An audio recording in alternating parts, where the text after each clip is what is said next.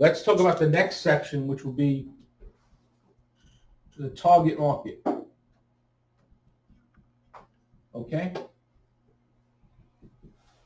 So the target market is the who in the plan. Who are you going to target and where are they? So you have to make sure that when you send out your messaging, you understand what your product is, you're targeting the right audience.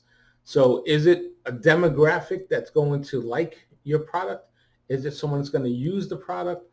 Because you don't want to target the whole world. You can't. So if you're focusing on the country, even in that country, if you come to the US, only certain people are going to need your product. Only certain people are going to need your service. So you have to create that target. You have to be very specific here. Now, this is where the research comes in hand, because you have to really understand the geography that you're going after, really understand the demographics, the likes, the dislikes. We just did an exercise on targeting, right? Understanding the target market, understanding the segments. How do you segment that? That's all part of this section. So when you talk about the target market, it's not just, hey, I'm going to pick a product and I'm going to bring it into the US. That's great. There's 330 million people here in the US. How many people are you targeting?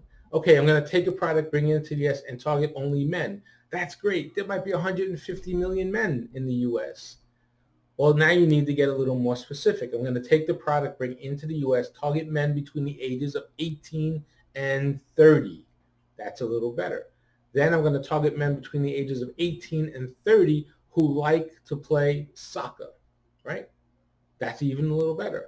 Then I'm going to target the men in the United States between the ages of 18 and 30 who like to play soccer that live in Miami. Now you've got your group down to a few thousand people.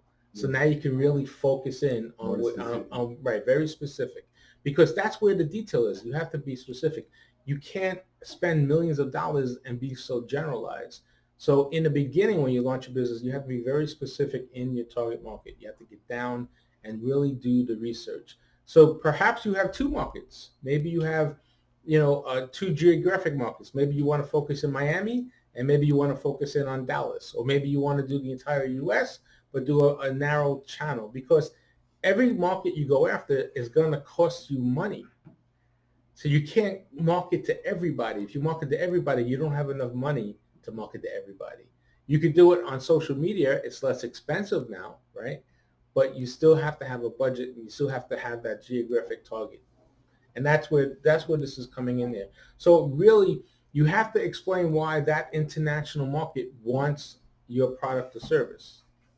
Okay, case in point, we're talking about the cleaning business. All good. It all sounds great. But why does somebody want your cleaning business versus somebody else's cleaning business?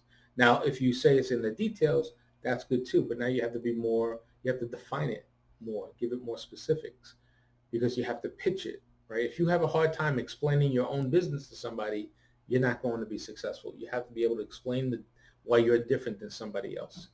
Because by the time you get done thinking about what you're doing, we're moving on to other things, especially if you're on social media, right? You have less than 5 or 7 seconds to really sell somebody. And in that 5 or 7 seconds, they're either in or they're out. So that's why you really have to define that message, and you have to go after the right target. That's what's going to be key in the plan, all right? So the target market would be the next thing, and there's some detail here. And then, of course, now, because we're talking about the target market, now we're explaining that macro environment.